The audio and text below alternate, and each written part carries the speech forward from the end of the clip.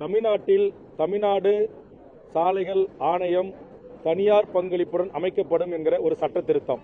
இந்த சட்ட திருத்தம் நடைமுறைப்படுத்தப்பட்டால் தனியார் பங்களிப்புடன் தமிழ்நாடு அரசுக்கு சொந்தமான நெடுஞ்சாலைகளில் பிற்காலங்களில் தனியார் சுங்கச்சாவடிகள் அமைக்கின்ற ஒரு பேர் அபாயம் இருக்கிறது. ஆதலால் இந்த சட்டத்தை மறு ஆய்வு செய்ய வேண்டும் என்று என்னுடைய எதிர்ப்பை பதிவு செய்திருக்கிறேன். இதற்கு பதிலளித்த மாண்புமிகு நெடுஞ்சாலைத்துறை அமைச்சர் அவர்கள் தற்போது சுங்கச்சாவடி அமைக்கப்படும் அல்லது அமைக்கப்படாது என்கிற பதிலை சொல்லாமல் இப்போது ஆணை அமைக்கப்படும், பிற்காலத்தில் அதை குறித்து முடிவு செய்யப்படும் என்று தெரிவித்திருக்கிறார்.